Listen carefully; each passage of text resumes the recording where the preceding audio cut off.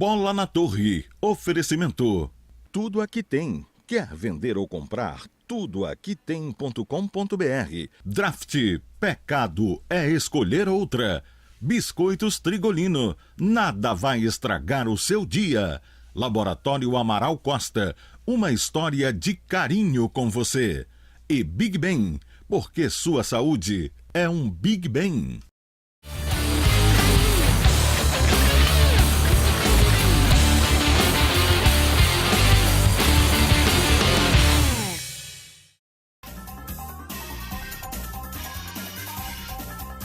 Alô, amigos do esporte, sejam bem-vindos ao Bola na Torre de hoje. Estamos aqui com os companheiros Giuseppe Tommaso e Gerson Nogueira. Manuel Ribeiro está de volta à presidência do Clube do Remo. Nas eleições do último sábado, ele ganhou de André Cavalcante por 209 votos de diferença. Vamos acompanhar.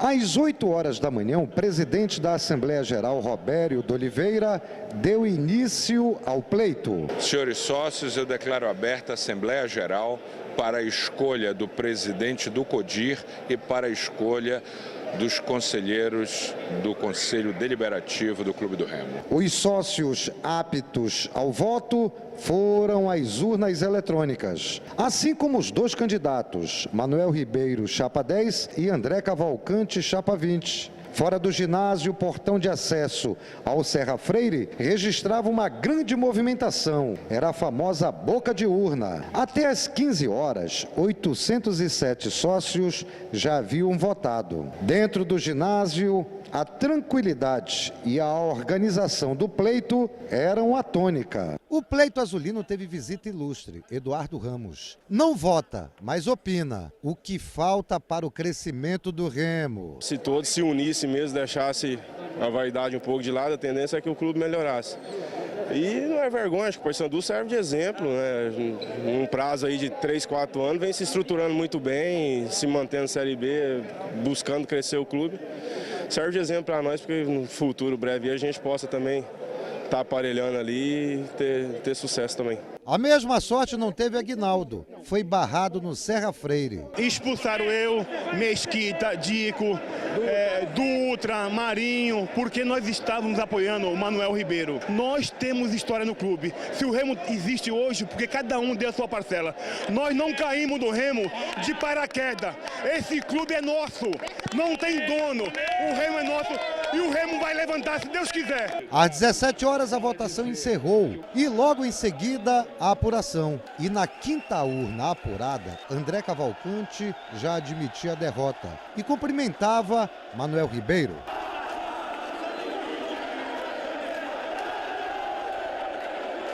Manuel Ribeiro falava como presidente eleito, tendo como vice Ricardo Ribeiro, que não conteve a emoção. A responsabilidade é grande, a gente não vai trabalhar sozinho, vamos precisar de todos vocês.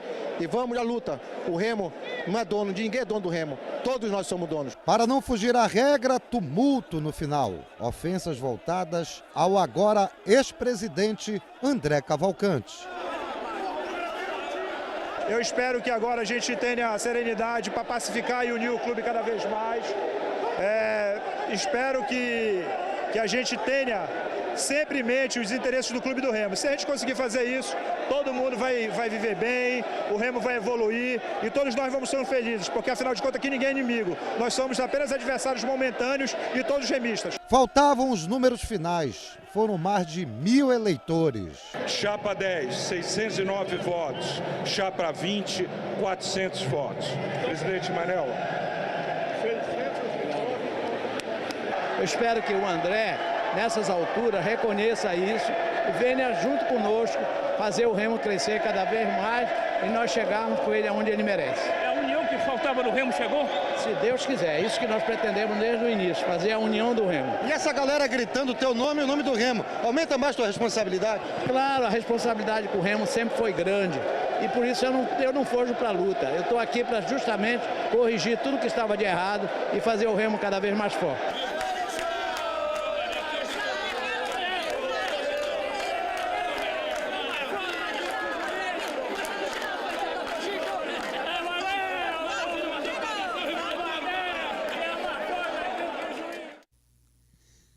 É importante, né, a gente, ao final numa matéria como essa, poder destacar alguns depoimentos, Tomás e Jéssica, que podem significar, e é o que a gente espera, esta unidade que o Remo precisa ser. Daquilo que a gente sempre bateu aqui, né? Eduardo Ramos, dizendo que o Remo tem que esquecer as vaidades e se unir para crescer, para ser forte.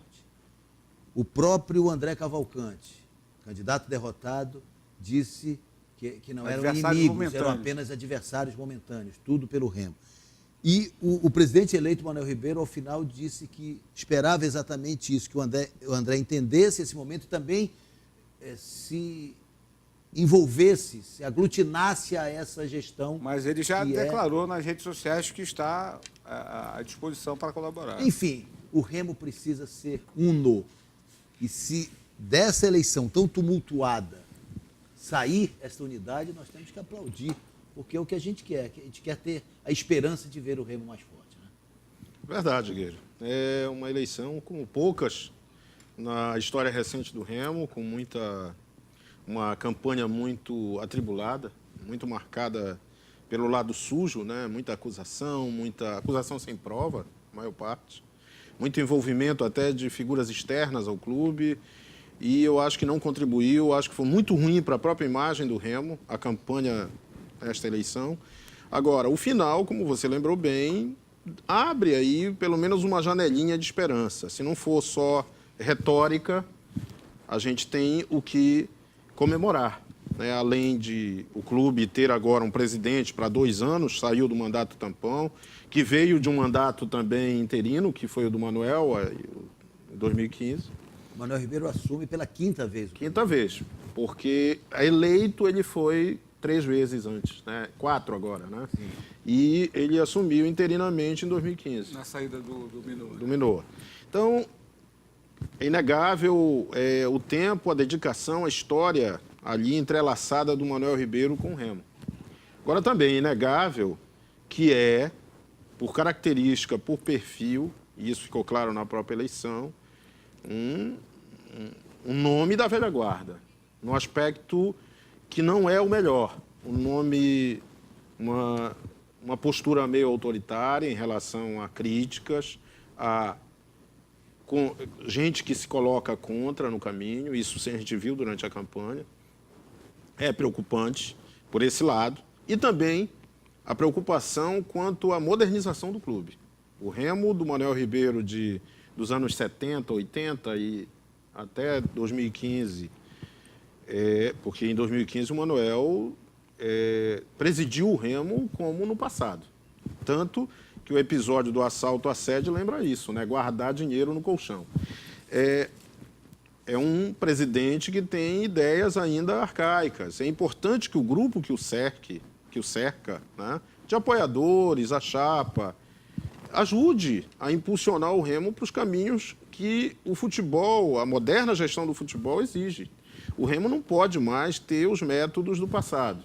O Remo tem o Profut.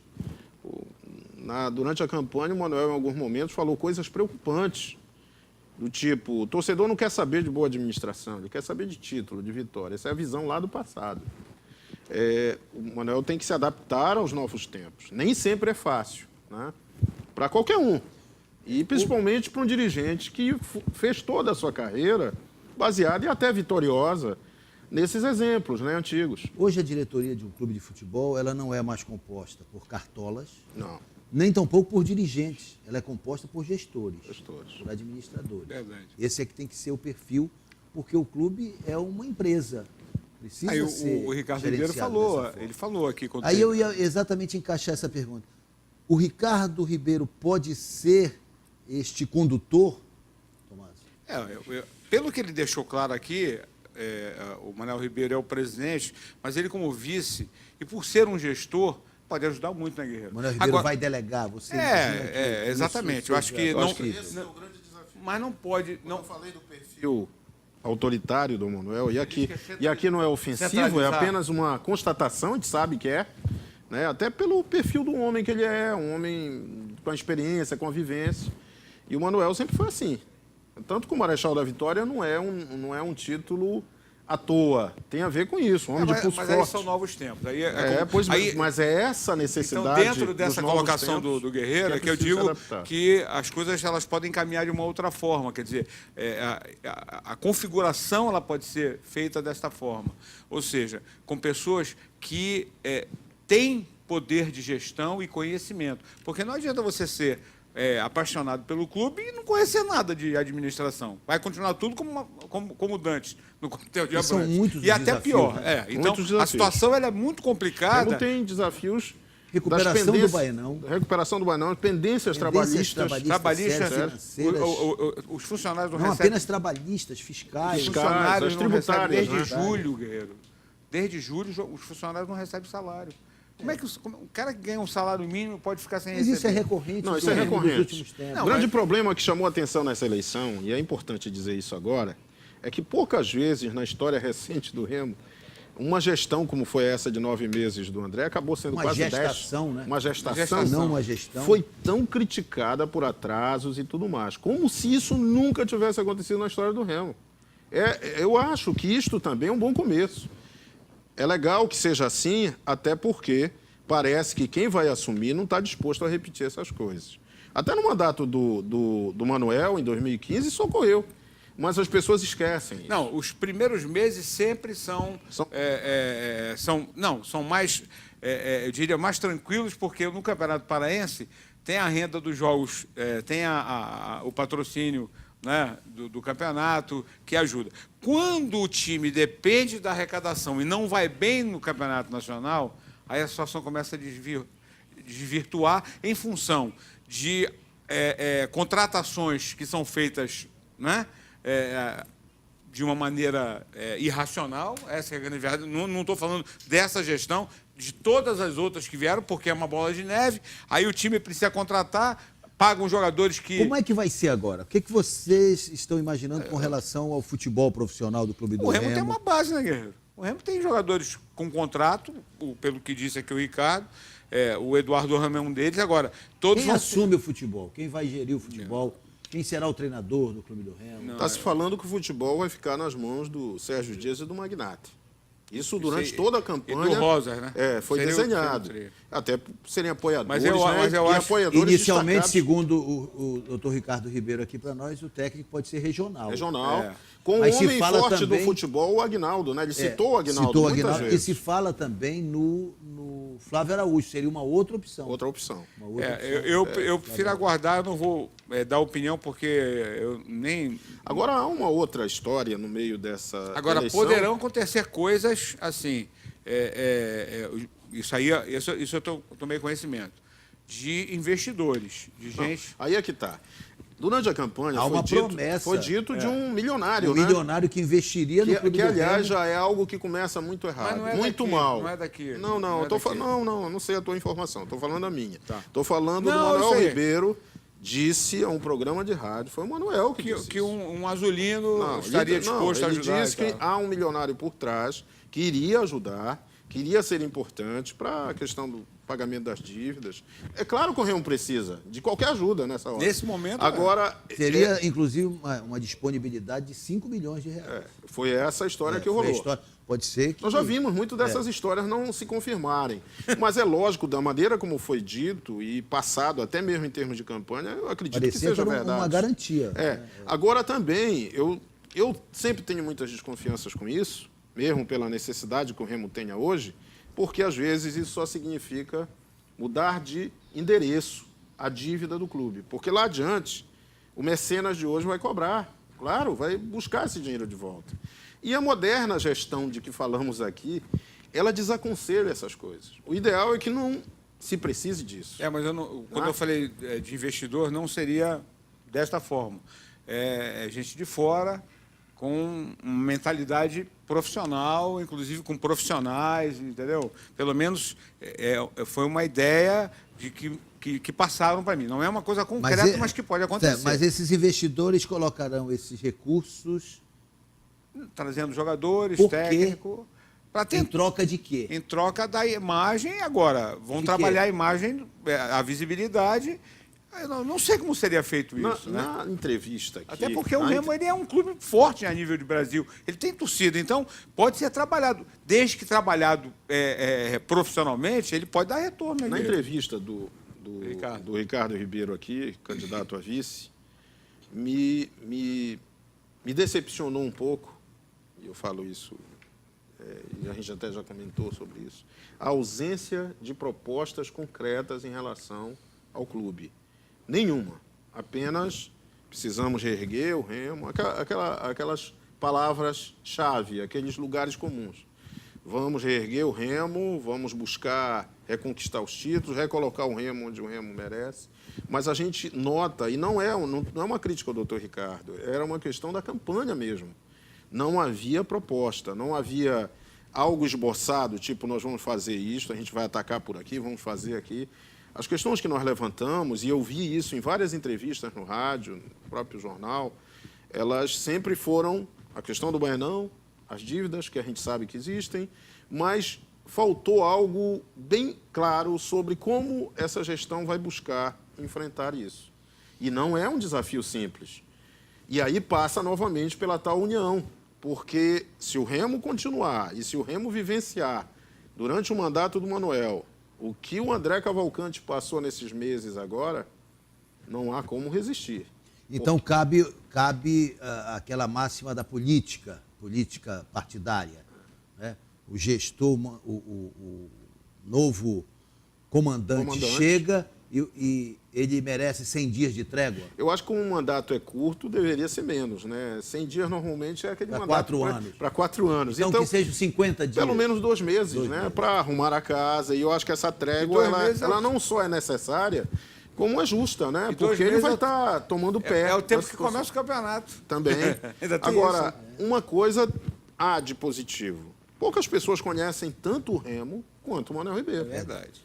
Agora, quando ele diz, e aí não posso deixar de mencionar isso, na entrevista final, em que ele também convidou o André, né, para cerrar fileiras, mas ele diz que eu estou voltando para corrigir tudo o que há de errado. É no mínimo irônico, porque ele é responsável também por tudo o que há de errado no Remo. Da mesma forma como ele é associado a grandes conquistas, mas muito do que há de errado no Remo tem a ver com quem presidiu o clube ao longo desses 40 anos. Porque é o período, né? Desde 73 que o Manel preside o Remo. Antes de sair, na sexta-feira, o ex-presidente André Cavalcante entregou e mostrou à imprensa melhorias no estádio Evandro Almeida. A nossa nova sala de imprensa.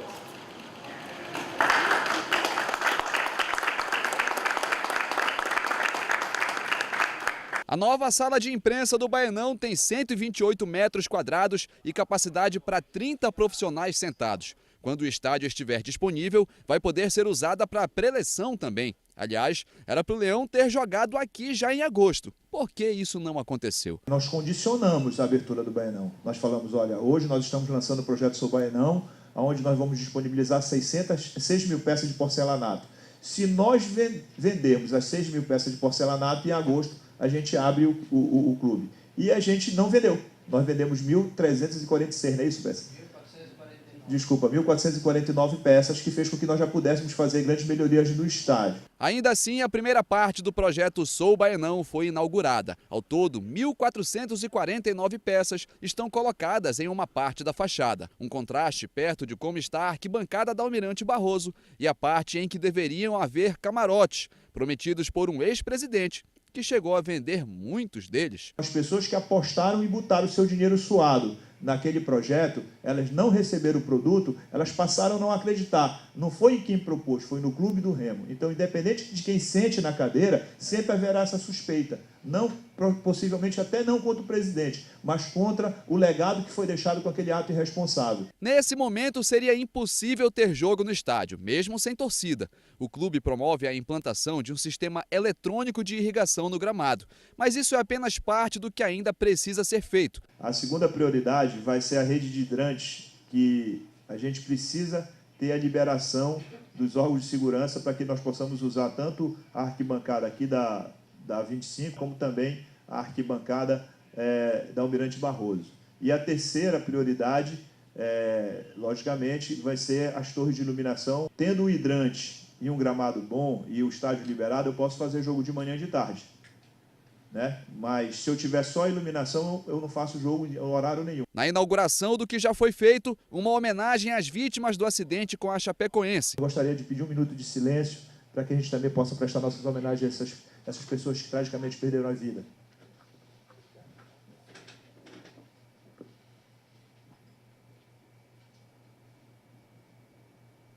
E um balanço de quanto o clube investiu nas reformas que conseguiu fazer no estádio. Eu calculo que nós tenhamos investido ao longo desses 10 meses aqui algo em torno de 250 mil, 280 mil reais na recuperação do Baianão. É bom saber que as coisas, de qualquer maneira, estão acontecendo.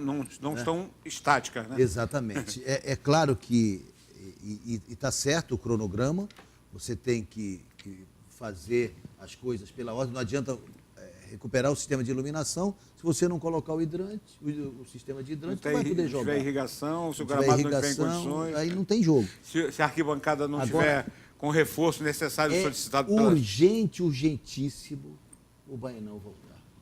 Para o reforço financeiro, para a sobrevivência do Clube do Remo.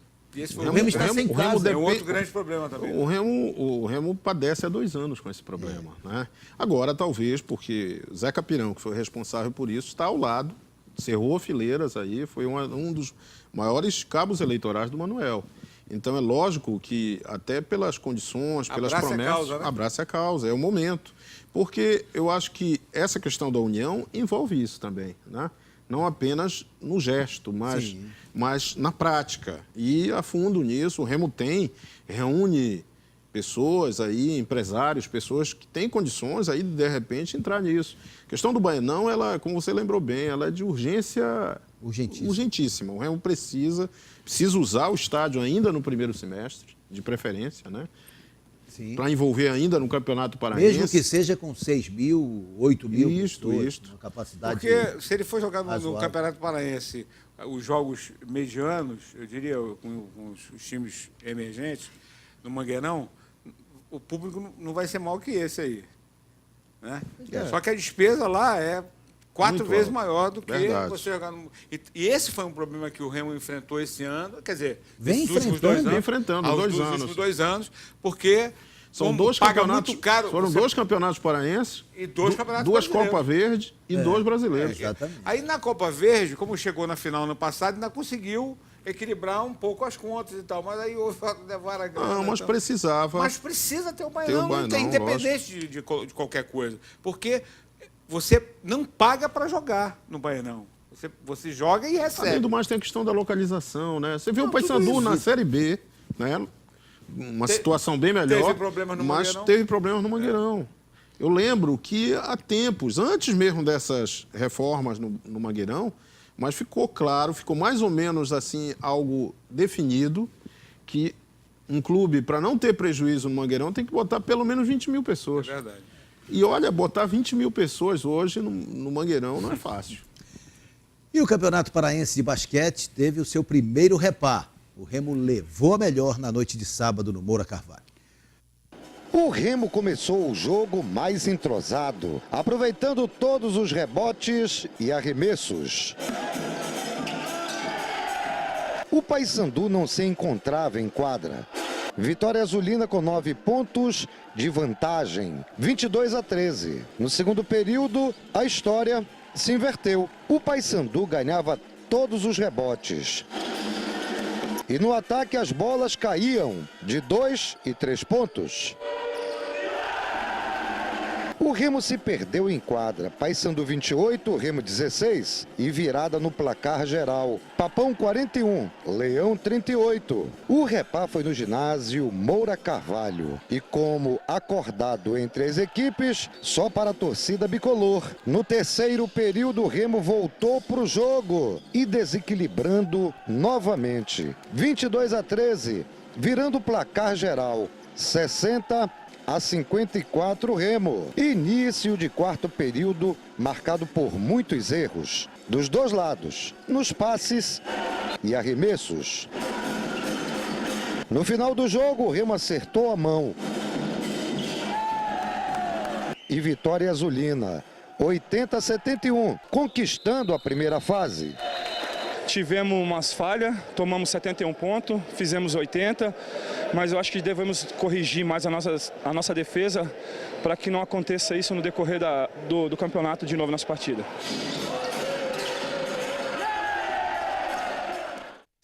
E a segunda fase já começa nesta segunda-feira. No Moura Carvalho tem Paysandu e NBP, Novo Basquete Pará. Na quinta-feira, Remo e NBP no Serra Freire. E no sábado, pela manhã, às 10 da manhã no sábado, no Serra Freire, no Novo Serra Freire, o Remo e Paysandu. Com torcida única a também. segunda fase, só com a torcida do Clube do Remo. Independentemente da vitória das duas fases pelo mesmo clube, teremos o play-off entre o primeiro e o segundo colocado.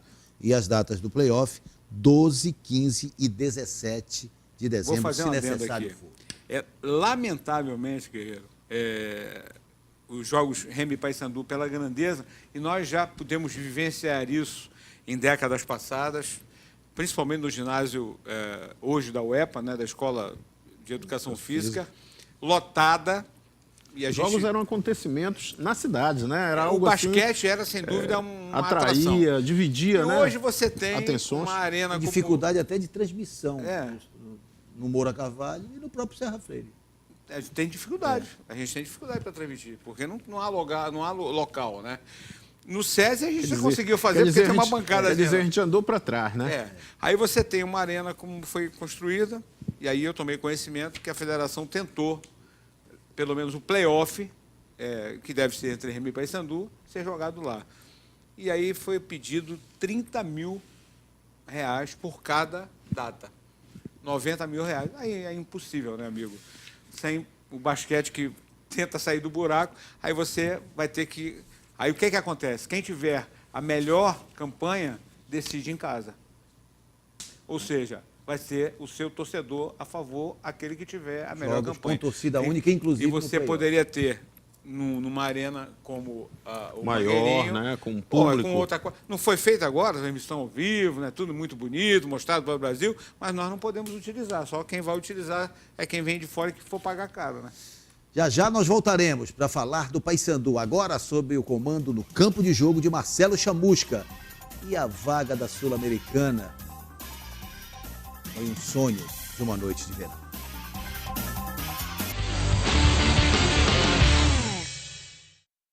Me faz sentir mais Big Bang, Big Bang, Big Bang, Big Bang, meu bem, Big Bang, Big Bang, pra você também. Big Bang, Big Bang, Big Bang, meu bem, Big Bang, Big Bang, pra você também. Sexta-feira com din-din no bolso, futebol lá na praia mais tarde. O chuveiro acaba o calor, tá gelada, todo mundo sabe. Deixa o trabalho de lado, relaxa, me diga qual é. Felicidade é a vida suave, uma coisa de todo mundo quer. E se eu tô numa roda de amigos, tá suave, tá suave. E se a gata não te der bola, relaxa, tá suave, tá suave. Se tem uma gold gelada, tenho tudo que preciso, tá suave. Tá suave, tá suave, tá suave, tá suave, tá suave. Cerveja Gold, tá bonita, tá gostosa, tá suave. Tá suave. Beba com moderação. Chegou a hora do campeão da torcida, o Trigolino. A linha mais completa e saborosa de biscoitos, feita para torcer pelo seu time do coração. Trigolino é gostoso, é crocante, é saboroso. Tem creme cracker, rosquinhas, wafer, amanteigados, recheados, salgados. Então, meu amigo torcedor, você já sabe, na hora da fome, o Trigolino é o campeão. Biscoitos Trigolino, nada vai estragar o seu dia. Tem um mundo de gente em tudo que a gente faz. A nossa marca em tudo que a gente gosta. E a nossa essência em tudo que a gente quer. Tem um mundo de gente em tudo que a gente já foi. E muito de nós em tudo que ainda queremos ser. O que fizemos até agora é só uma amostra de onde podemos chegar. Juntos. Me faz sentir mais Big Bang, Big Bang, Big Bang, Big Bang, meu bem, Big Bang, Big Bang, pra você também. Big Bang, Big Bang, Big Bang, meu bem, Big Bang, Big Bang, pra você também. A revista AgroPará, através do jornal Diário do Pará, em reconhecimento ao setor de agronegócios e sua importância para o desenvolvimento do nosso estado, realizará a entrega da premiação AgroPará 2016. Um evento que premiará diversas personalidades e entidades que serão homenageadas por sua trajetória e desempenho de sucesso ao longo deste ano. Queria pedir uma salva de palmas a esses que plantam, criam, acordam mais cedo e dormem mais tarde. Eles são os grandes campeões. Premiação AgroPará 2016, incentivando o agronegócio paraense. Realização Diário do Pará, patrocínio Assembleia Legislativa do Estado do Pará e Banco da Amazônia. Não perca tempo.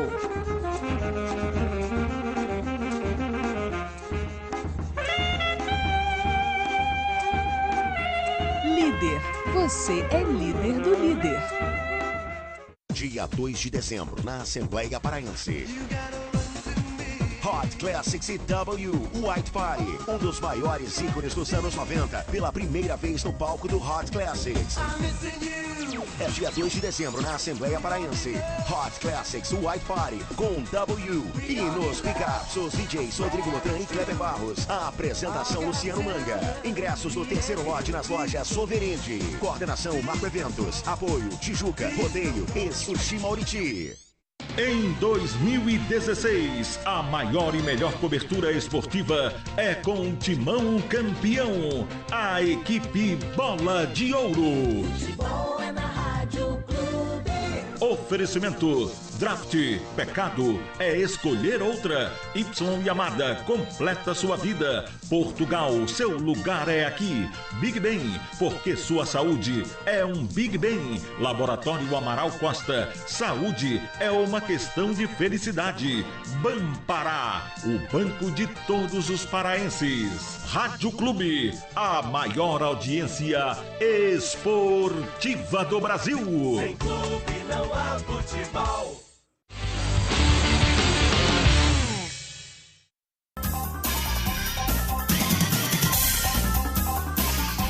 Marcelo Chamusca, o novo técnico do Paysandu, esteve em Belém e já conversou sobre o projeto bicolor para 2017.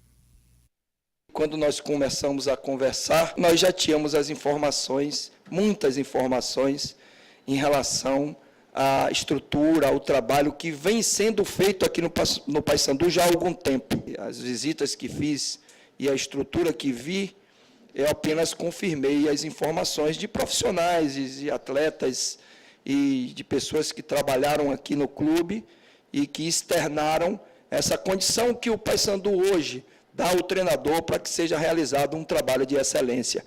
E eu estou muito contente pela oportunidade e tenho a certeza que eu vou trabalhar dioturnamente para fazer com que o Paysandu tenha grandes resultados em 2017. Quando você chega num clube que você tem que começar do zero, um trabalho de montagem, é tudo muito difícil. Isso aconteceu comigo agora no Guarani. Foram, se eu não me engano, apenas 4 ou 5 remanescentes de uma campanha de insucesso.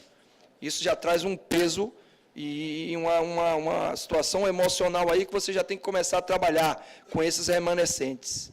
Aqui o Paysandu tem uma base de jogadores e está tudo sendo planejado, tudo sendo estudado, buscando o melhor perfil para que a gente possa minimizar, né, o percentual de erros, até porque é notório que a gente não tem uma grande munição, principalmente nesse primeiro semestre, então os nossos tiros eles têm que ser certeiros. O Diogo e o William já foram contratados antes da minha contratação, né? Eu não tive participação, mas são jogadores que eu conheço, são jogadores que têm um potencial.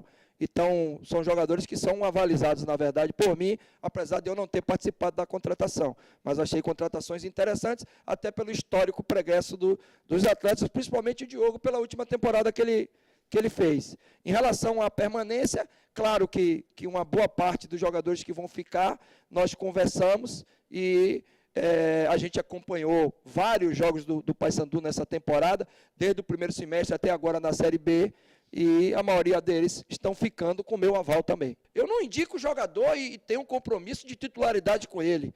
Ele vai ter que jogar pelo que ele vai apresentar lá no dia a dia, pelas condições e pela performance durante os jogos. Mas o que a gente tenta fazer é tentar indicar ao clube jogadores com perfil que a gente estuda, que a gente conhece, que pode dar certo no clube onde a gente está trabalhando. O Paysandu tem que ser campeão estadual, né? Até pelo investimento, pela estrutura e pela história do clube.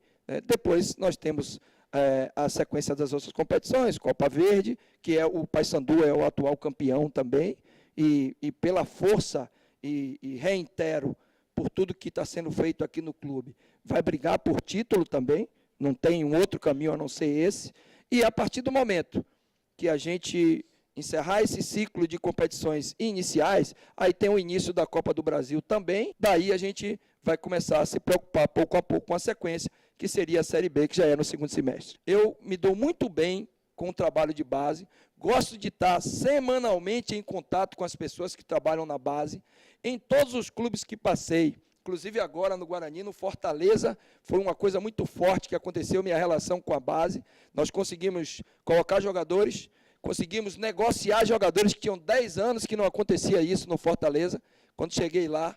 Então, eu tenho um carinho especial com jogadores mais novos, gosto de formatar meu grupo, dando oportunidade para essa característica de jogador. Acredito muito no atleta que tem identidade com o clube e tenho a certeza que vai ser um capítulo especial que nós vamos reservar dentro do nosso trabalho aqui, esse trabalho junto com a divisão de base.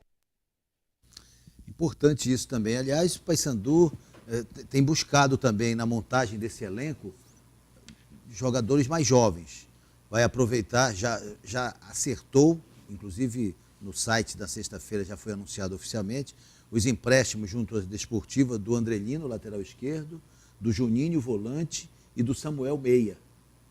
E deve vir mais algum jogador, jovem talento do futebol paraense, não da Desportiva, que deve ser incorporado também ao elenco do Paysandu.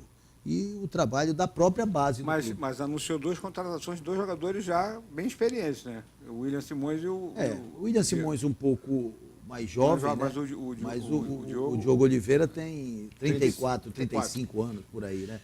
Mas fez um campeonato brasileiro da melhor qualidade. É bom fez uma belíssima temporada, né, no Brasil.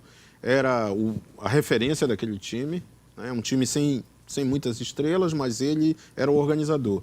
Agora, também o Paysandu está interessado no Perema, né? Há uma conversa, mas nada oficial com relação que é jovem também. Não deixa de estar nesse perfil que o Marcelo Chamusca falou no final aí da coletiva, né, que a gente mostrou. Eu fico um pouco sempre reticente, porque todo técnico que chega aqui adora a base, né?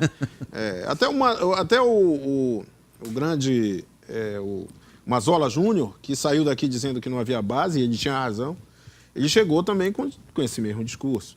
Agora, a realidade é que durante a campanha, a própria torcida, a pressão que há, acaba dificultando o aproveitamento, né, muitas vezes, de jogadores que poderiam render muito mais, se houvesse paciência, houvesse tempo.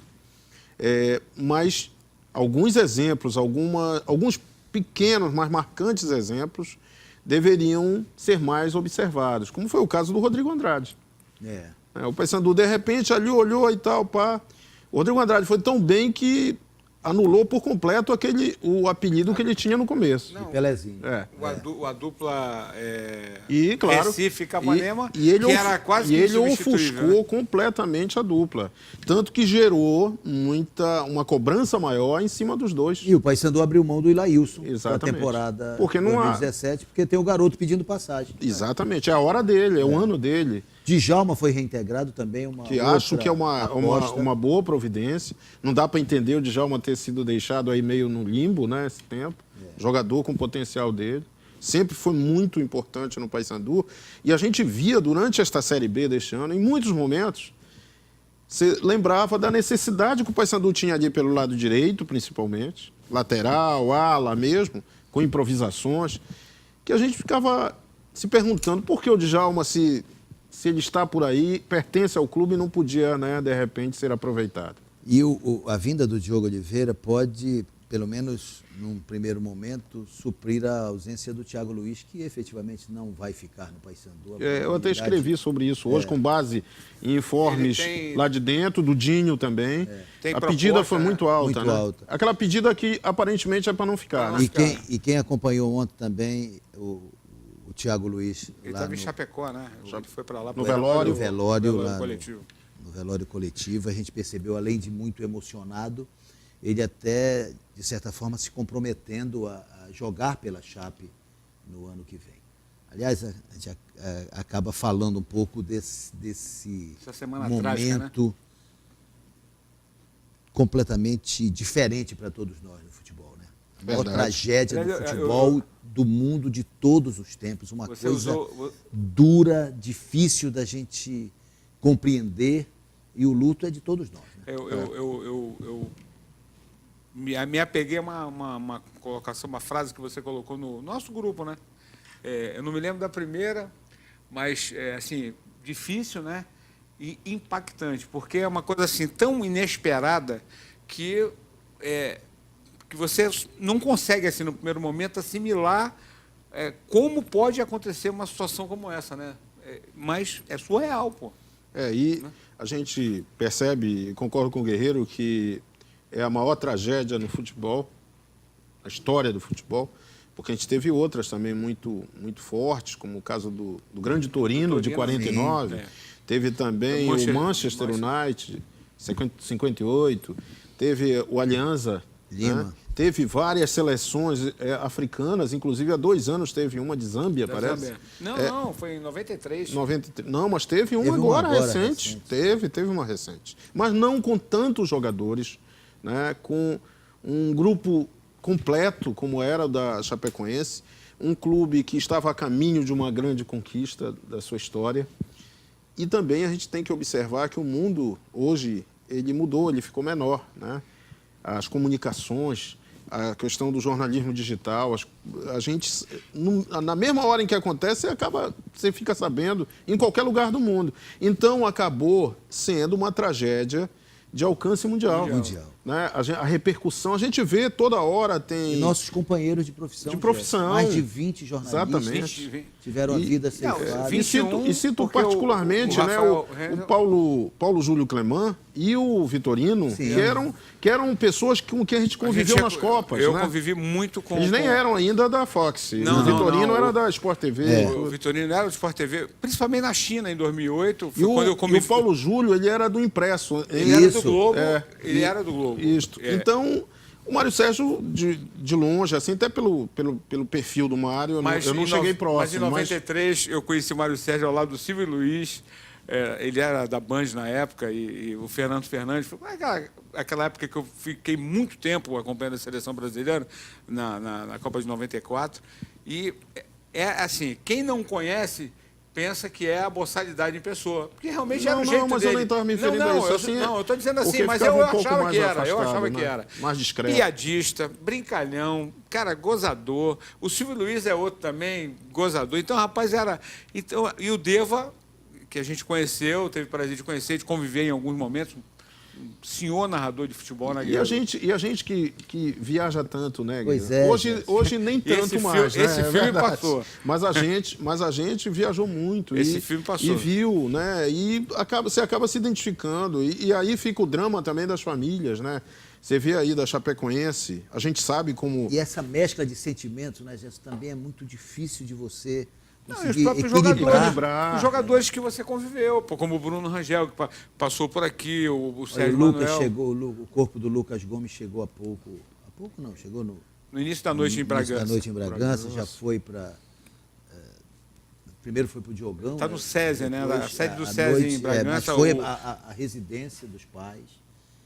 É uma comoção. E a gente também pôde viver, nesses últimos dias, momentos de solidariedade, como a gente gostaria que fosse o futebol. Sempre. Eu tenho colocado isso nas redes sociais. É preciso O que acontecer uma aconteceu tragédia. lá na Colômbia, lá no estádio, demonstração, na né, de quarta-feira, humanidade. Foi um negócio Eu acho extraordinário. eu acho que o Atlético Nacional, e isso foi dito não por mim, eu li várias vezes, vi algumas pessoas postando isso no Twitter, principalmente, que nós perdemos um clube nosso, um elenco. Outro, né?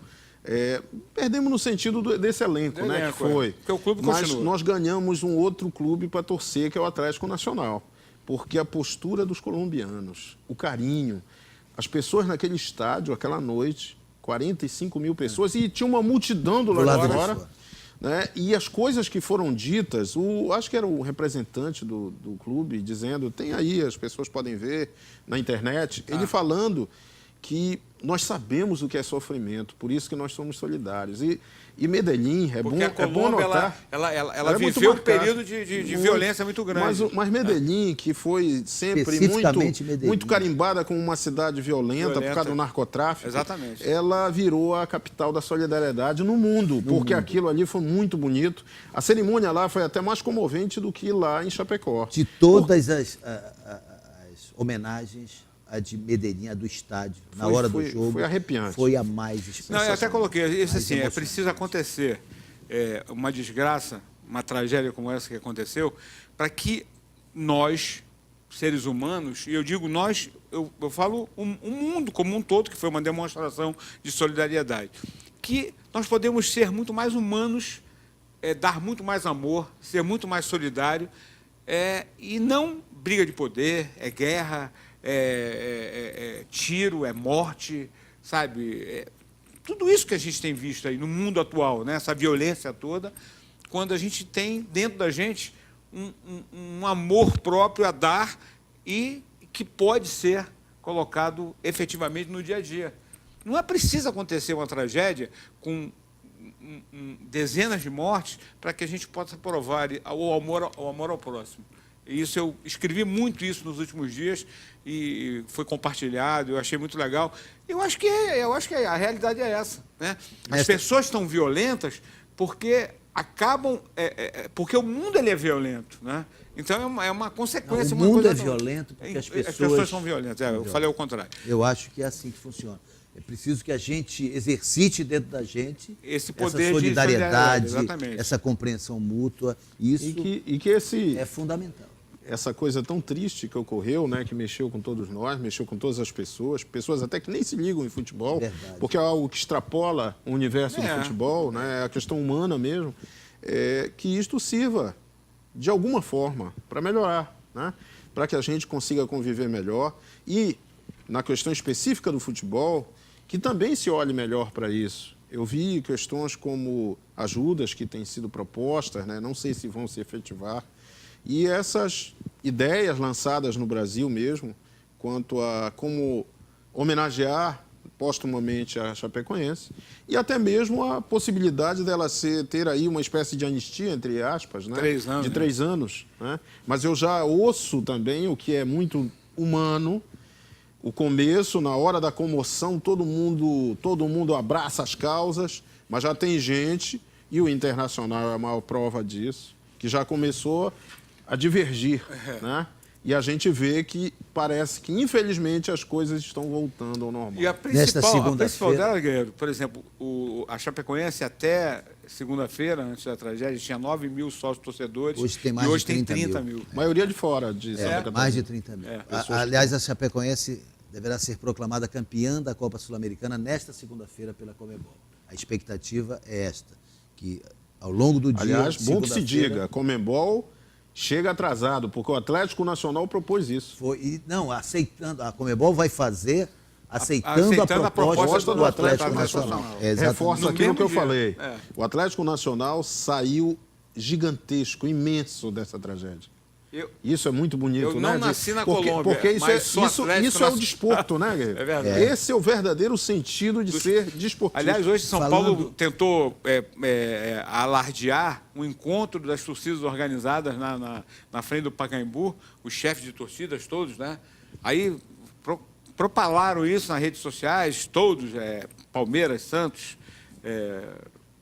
As Corinthians, quatro legal. forças de São Paulo. Agora, tomara que seja verdadeiro, né? E tomara que não seja para uma espécie de enfrentamento final, né? Porque o que eles adoram mais é isso. Falando em Copa Sul-Americana, o Paysandu não disputará a Copa Sul-Americana em 2017. A Conmebol informou oficialmente à CBF que nem o Paysandu, campeão da Copa Verde, nem o Santa Cruz, campeão da Copa do Nordeste, tomarão parte da nova Copa Sul-Americana. A CBF deu um prêmio de consolação. Vai colocar os dois nas oitavas de final da Copa do Brasil do ano que vem. O presidente do Paysandu, Alberto Maia, falou sobre esta situação.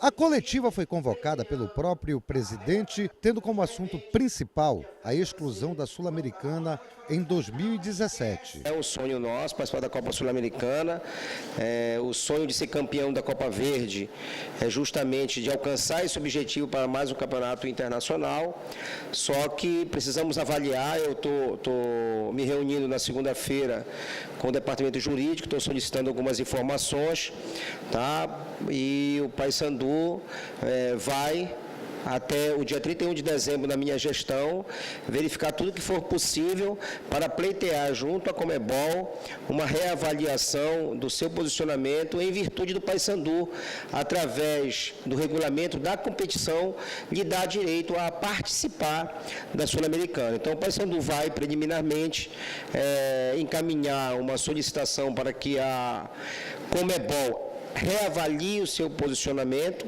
em virtude do direito adquirido que o Paysandu tem, e nós vamos tomar providências até o último dia do meu mandato. Farei de tudo que for possível, como sempre fiz pela instituição Paysandu. Maia, em final de mandato, está se limitando a falar do lançamento da nova camisa bicolor em meio a um grande evento. Dia 16 de dezembro, que a gente faça uma festa linda de bicolores, que a gente arrebente, porque a festa vai ser fantástica e vão haver muitas atrações e muitas situações inesperadas durante toda a programação. E de pagar os jogadores que disputaram o Campeonato Brasileiro deste ano ainda na sua gestão. Conversamos com todos os jogadores, conseguimos definir tudo direitinho e agora nós temos o comprometimento com a nossa folha de funcionários, que não é uma folha pequena. É uma folha expressiva e a gente precisa, se Deus quiser, fechar o ano cumprindo com as nossas obrigações, que foi assim que a gente se portou.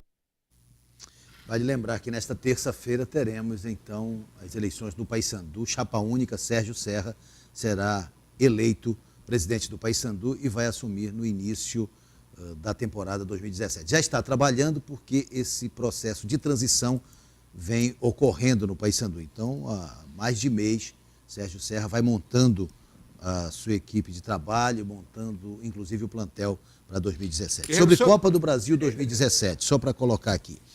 O Paysandu vai entrar na quinta fase, a fase de oitavas de final. Paysandu, Santa Cruz, Atlético Goianiense como campeão brasileiro da Série B e a Chapecoense como campeã da Sul-Americana. Junto com eles, mais os 7 que virão da Libertadores, aí teremos 11, e mais os 5 classificados da quarta fase da Copa do Brasil. A Copa do Brasil vai começar com 80 clubes, na primeira fase em jogo único, a segunda fase com 40 clubes também em jogo único, a terceira fase com 20 clubes aí já ida e volta, a quarta fase com 10 clubes em ida e volta, e a quinta fase, já a fase de oitavas de final, vem os 5 daqui da Copa do Brasil, em suas primeiras fases, os 5 remanescentes dos 80 iniciantes, se juntarão então a esses outros 11 e aí teremos a sequência da competição. Lembrando que como o Paysandu está entrando pela Copa Verde, o Pará tem direito a 3 vagas, o Paysandu entraria como campeão paraense, então seria campeão, vice e terceiro colocado, entrarão o vice, São Francisco, o São Raimundo, terceiro, e o Clube do Remo como quarto colocado, se a CBF não mudar os critérios. Mas como são 70 clubes oriundos das competições estaduais e apenas 10 pelo ranking, ela está mantendo a mesma formatação da competição. E aí sobrou para o Remo também. E o Remo, então, recebe a vaga na Copa Agora, do sem Brasil. dúvida, né, Guerreiro? Uma tremenda de uma cafajestada em relação ao que foi prometido ao Paysandu, ao que foi prometido aos torcedores. Inclusive, passível. Há um movimento de Não. torcedores. Eu recebi há pouco aqui. De reclamação. O né? Jacel Paz. Isso. Não, para reparar. Está sendo entrando feita na uma justiça. ação. Está sendo feita uma ação. Aliás, pode entrar na justiça não só torcedor do Paysandu. Qualquer torcedor que pagou ingresso num jogo da Copa Verde pode ele pode se sentir lesado. Claro. Então, porque foi, era de um direito fato. adquirido. Inclusive, a ação... E tem mais, as pessoas estão atribuindo quase tudo, o próprio presidente do Paysandu falou na questão da Conmebol. De certa maneira, livrando a cara da CBF, não. Quem é devedora desta promessa é a CBF. É porque ela que a coloca. competição Copa Verde era da CBF. Ela colocou no regulamento. No regulamento. É verdade. Aliás, na própria comunicação do dia 1º do Manuel Flores, lá, diretor de competições, ele, né, graciosamente, lembra isso. Aquilo serve até de comprovante. E no final ele diz assim, como compensação... E compensação e Santa unilateral, Cruz, decidida pela CBF. Ela não conversa com ninguém. Isso aí é prêmio de consolação. Então, o Jacel Paz, que é advogado, professor, existe um movimento, já uma ação pronta, inclusive em conjunto até com o Santa Cruz, que são os dois que foram prejudicados. E, entrando contra a CBF, não é contra a Conmebol, mas claro. É contra a CBF. A CBF também divulgou essa semana a tabela básica e o regulamento da Copa Verde de 2017, que dará ao campeão vaga na Copa do Brasil de 2018, também nas quartas de final, mesma história. Ou nas oitavas de final, perdão. Nós teremos uma fase preliminar... Agora também, né, Guerreiro, fica uma coisa meio esquisita, é como essa Copa Verde vai ser agora em termos de atrativo. Esta Copa Verde já teve a desistência do estado de Goiás, que não se interessou mais pela competição. Ficaram, então, 11 federações. Então, por isso, o Pará terá 3 vagas. O Paysandu, o Remo e o Águia de Marabá, que entram todos na primeira fase. É uma fase preliminar, 2 confrontos, como foi no ano de 2016. No grupo 1, o Galvez do Acre contra o Nacional do Amazonas. No grupo 2, o Ceilândia do Distrito Federal contra o segundo indicado ou classificado do Mato Grosso do Sul, que ainda não está definido. Aí, na primeira fase, com jogos dias 5 de março e 19 de março, aqui inseridos os clubes paraenses, então a Copa Verde para o Pará só vai começar dia 5 de março, só em março. O Paysandu, que está no grupo A, vai enfrentar o vencedor do jogo 1, do confronto 1, ou seja, o vencedor do confronto entre Galvez e Nacional. O Águia de Marabá enfrentará o São Raimundo de Roraima. O Águia está no grupo B. O Fast Clube enfrentará o Santos no grupo C, o Santos do Amapá, e o Remo no grupo D enfrentará o Atlético Acreano. Por que eu citei os 4 grupos? Porque esses 4 primeiros grupos farão o confronto na segunda fase.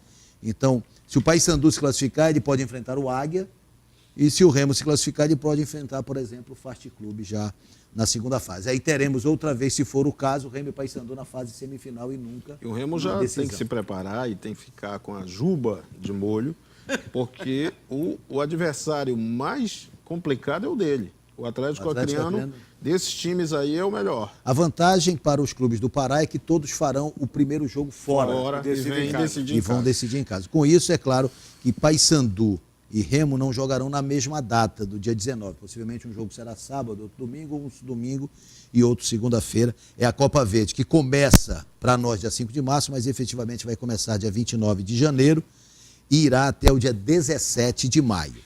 Dia 28 de janeiro vai começar para nós o Campeonato Paraense, né? 2017. Vamos ver, inclusive, a primeira rodada, porque a federação já divulgou a tabela básica da competição. No sábado, dia 28, Paysandu e Castanhal vão se enfrentar na Curuzu, às 18h30, acreditando que todos os estádios estejam com seus laudos e eles absolutamente liberados. Ainda no sábado, às 20 horas, Paragominas e Independente se enfrentarão na Arena Verde, em Paragominas. Também no sábado, também 20 horas, no Zinho Oliveira, em Marabá, teremos Águia e São Raimundo. No domingo, dia 29, Remo e Cametá, no Mangueirão, às 16 horas. E para fechar a rodada, São Francisco e Pinheirense, no Barbalhão, às 18 horas. É a primeira rodada do Campeonato Paraense. Destacando aqui que no grupo A1 estão Paysandu, São Raimundo, Paragominas, Cametá e Pinheirense. No grupo A2, São Francisco, Remo, Independente, Águia e Castanhal. O campeonato vai de 28 de janeiro até o dia 7 de maio. E o diretor de competições da Federação Paraense de Futebol explicou alguns detalhes sobre o Parazão 2017. A tabela já foi amplamente divulgada. Aí começa uma outra dor de cabeça para o departamento técnico da Federação Paraense de Futebol, os locais dos jogos, pois na primeira rodada apenas Remo e Paysandu tem um campo habilitado respaldado com laudos, Mangueirão e Curuzu. O Barbalhão em Santarém, o Zine Oliveira em Marabá e a Arena Verde em Paragominas estão pendentes. Nós demos um prazo até o dia 23 de dezembro para que as agremiações apresentem os seus laudos, os estádios que serão utilizados, mesmo o clube não sendo o proprietário do estádio, mas ele tem que apresentar o laudo, tem que correr atrás do laudo, porque ele vai utilizar aquele estádio. A outra questão é mais preocupante: patrocínio, pois o campeonato tem jogos deficitários. E para viabilizar a competição, tudo começa com R$1,5 milhão de reais. As conversas já estão bastante adiantadas. Quem está tratando disso junto ao governo é o diretor executivo da federação, que é o doutor José Ângelo Miranda. Foi feito um levantamento de custo, porque o campeonato envolve uma logística muito grande. Gira em torno de R$1,3 milhão, R$1,5 milhão só com logística da competição.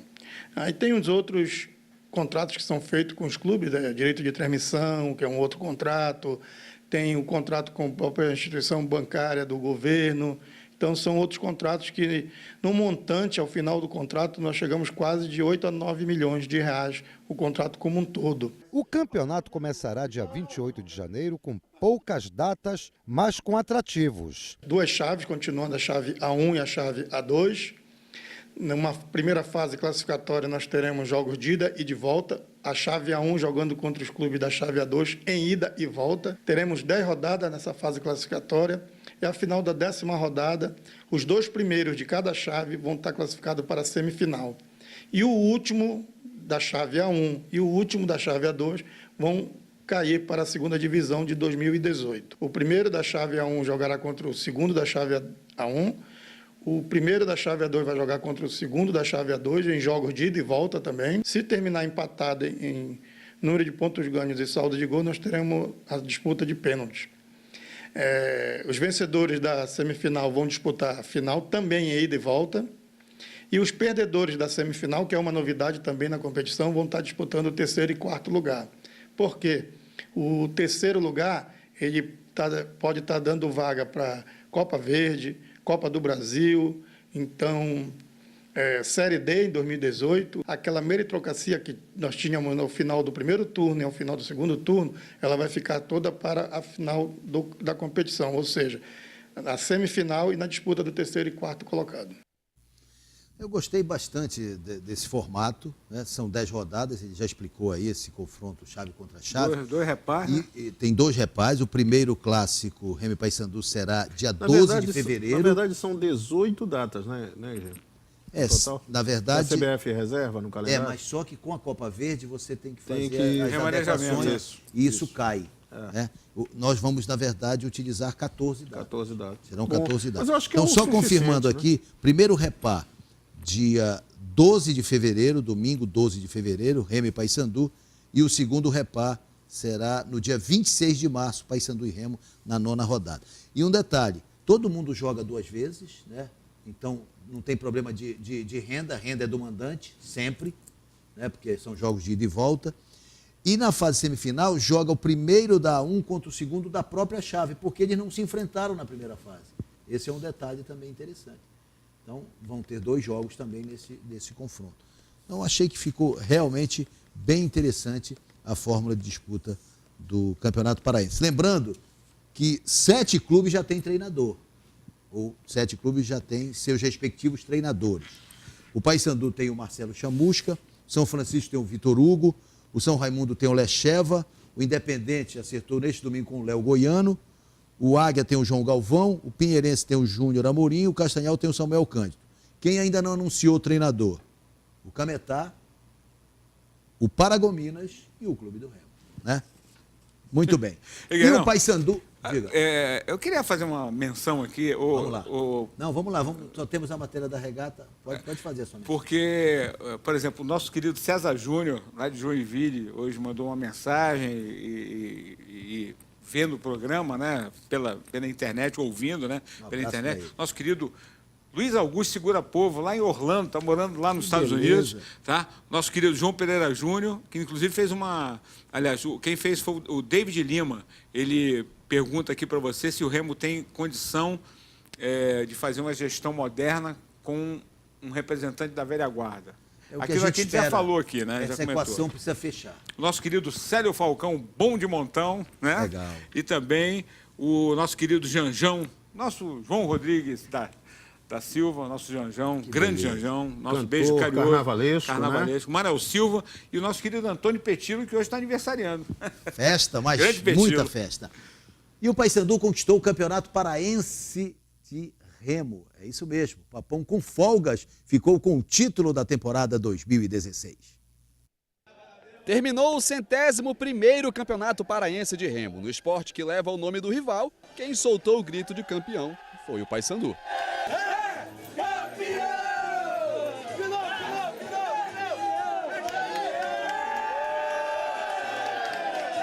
O título já era meio que certo, bastavam 2 primeiros lugares nas 12 provas da regata e em algumas delas o Paysandu alinhou sozinho.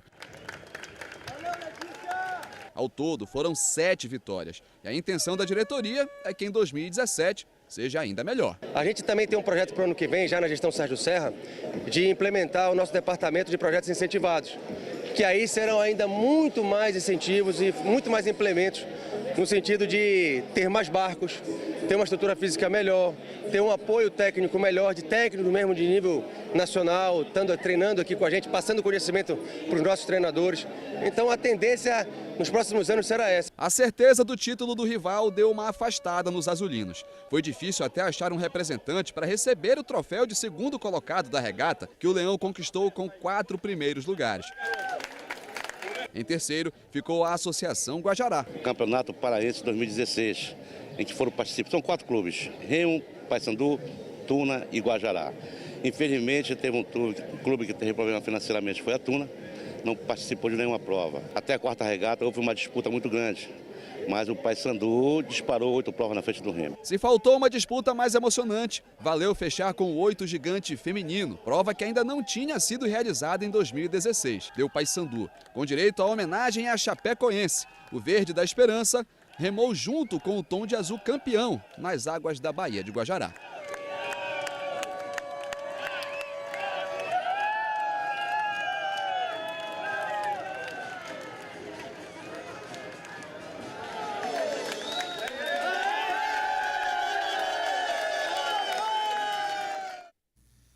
Parabéns ao Paysandu, campeão paraense de regata desta temporada. Já já a gente volta para a reta final do Bola na Torre.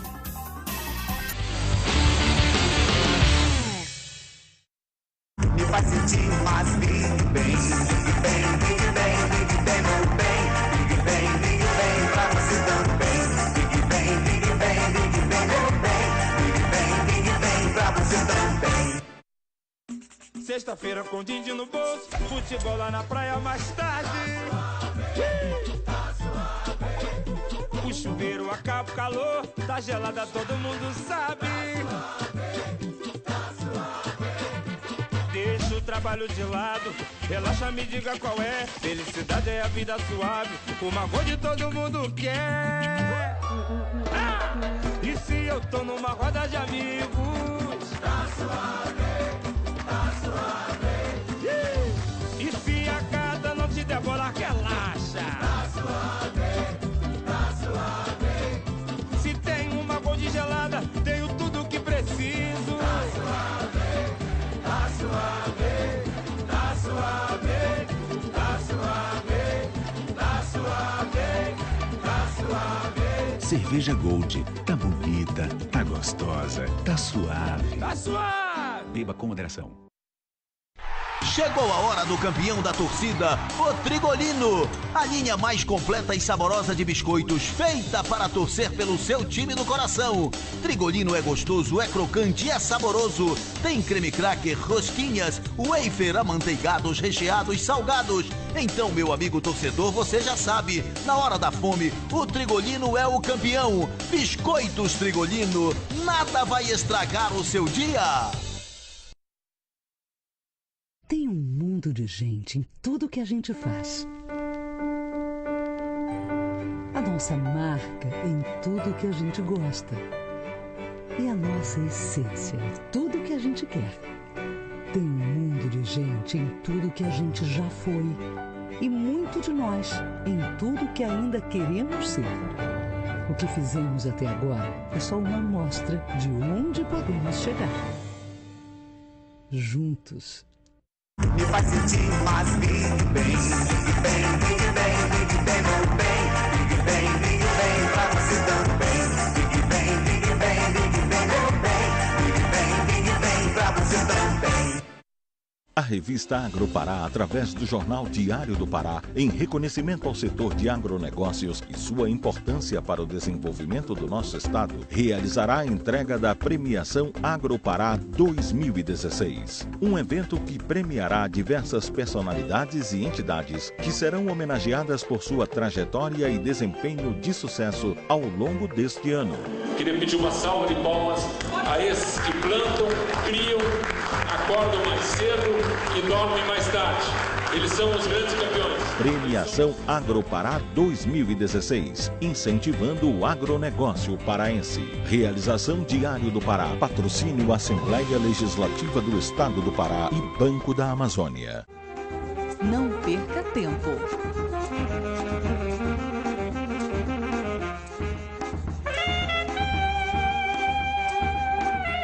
Líder, você é líder do líder. Dia 2 de dezembro, na Assembleia Paraense. Hot Classics EW White Party, um dos maiores ícones dos anos 90, pela primeira vez no palco do Hot Classics. É dia 2 de dezembro na Assembleia Paraense. Hot Classics White Party com W. E nos pickups, os DJs Rodrigo Motan e Kleber Barros. A apresentação Luciano Manga. Ingressos no terceiro lote nas lojas Soverende. Coordenação Marco Eventos. Apoio Tijuca, Rodeio e Sushi Mauriti. Em 2016, a maior e melhor cobertura esportiva é com o Timão Campeão, a equipe Bola de Ouro. Oferecimento Draft, pecado é escolher outra. Y Yamada, completa sua vida. Portugal, seu lugar é aqui. Big Ben, porque sua saúde é um Big Ben. Laboratório Amaral Costa, saúde é uma questão de felicidade. Banpará, o banco de todos os paraenses. Rádio Clube, a maior audiência esportiva do Brasil. Sem clube não há futebol.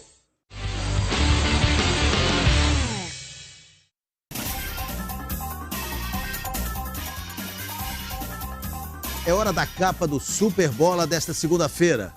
Vamos conferir aqui na Super Tela LG. O Remo é a prioridade. Pela quinta vez, Manuel Ribeiro assume a presidência do Leão Azul.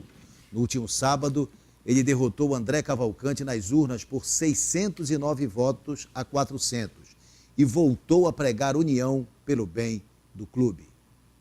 Santos se esforça para recontratar o ídolo Robinho. Invasão corintiana no Maracanã completa 40 anos. É a capa do Super Bola desta segunda-feira no Diário do Pará. Eleições no Clube do Remo no sábado, eleições no Paysandu na terça.